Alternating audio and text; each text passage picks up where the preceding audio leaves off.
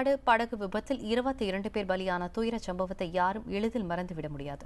ஆனால் அப்போது 3 உயிர்களை காப்பாற்றிய நபரை தற்போது எவரும் நினைவில் வைத்திருக்க வாய்ப்பில்லை.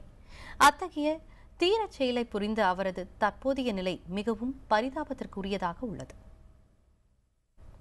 கடந்த 2011ஆம் ஆண்டு கிறிஸ்துமஸ் தினத்தன்று திருவள்ளூர் மாவட்டம் பழவேற்காடு ஏரி முகத்துவாரத்தில் நிகழ்ந்த படகு விபத்தில் ஒரே குடும்பத்தைச் சேர்ந்த 22 பேர் உயிரிழந்த சம்பவம் தமிழகத்தை உலுக்கியது நினைவிருக்கலாம்.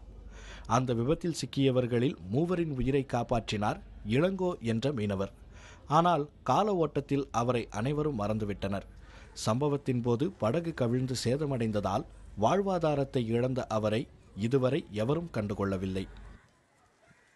ஐஜி சைலேந்தர் பாபு அவர் சொன்னார், தம்பி இது உயிர்கா நீ ரொம்ப பெரிய விஷயம் பண்ணியிருக்க, உனக்கு உயிர்கா பதவி தரேன் அப்படி சொல்லிட்டு போனவர் தான். நீ எங்கே கூப்பிட்டாலும் வருவியா அப்படின்னு சொல்லி கேட்டார். நான் என்ன சொன்னேன், சார் எனக்கு போலீஸ் சேதம் ஆச்சு சார், நான் எங்கே வேணால் வரேன் சார் அப்படி சொன்னோடனே அவர் என்ன சொன்னார், மாலை போட்டுருக்க தம்பி, நீ பணத்தில் அடுக்கிறோம், நீ இங்கே இருக்காத, நீ வீட்டுக்கு போ. நான் உடனே உங்கள் நம்பர் கேட்டார், என் நம்பரும் கொடுத்தேன். சரி நான் நாளைக்கு கால் பண்ணுறேன், நீ கூப்பிட்றேன்னு வா அப்படின்னாரு. சரி உடனே என்ன பண்ண போட்டில் ஏற்றி விட்டாங்க, நான் வந்துட்டேன். அந்த பணத்தை போட்டில் வேறு போட்டு இருந்து அந்த போட்டில் ஏற்றி விட்டாங்க, நான் வந்துட்டேன்.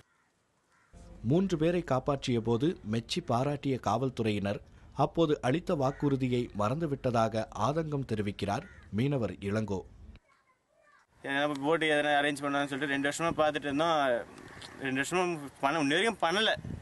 என் போட்டு அது மெடலுக்கு தரேன்றாங்களா, அது மெடலோடு எனக்கு தேவையில்லை. என் பொருள் ரெடி பண்ணாலே நான் பொழிச்சு போயிடுவேன். என் வீட்டில் இருக்கிறது நான் ஒண்டி தான் இருக்கேன். அப்பாவும் வயசாகி போயிடுச்சு. அந்த பொருள் கொடுத்தாலும் நான் பொழிச்சு போயிடுவேன்.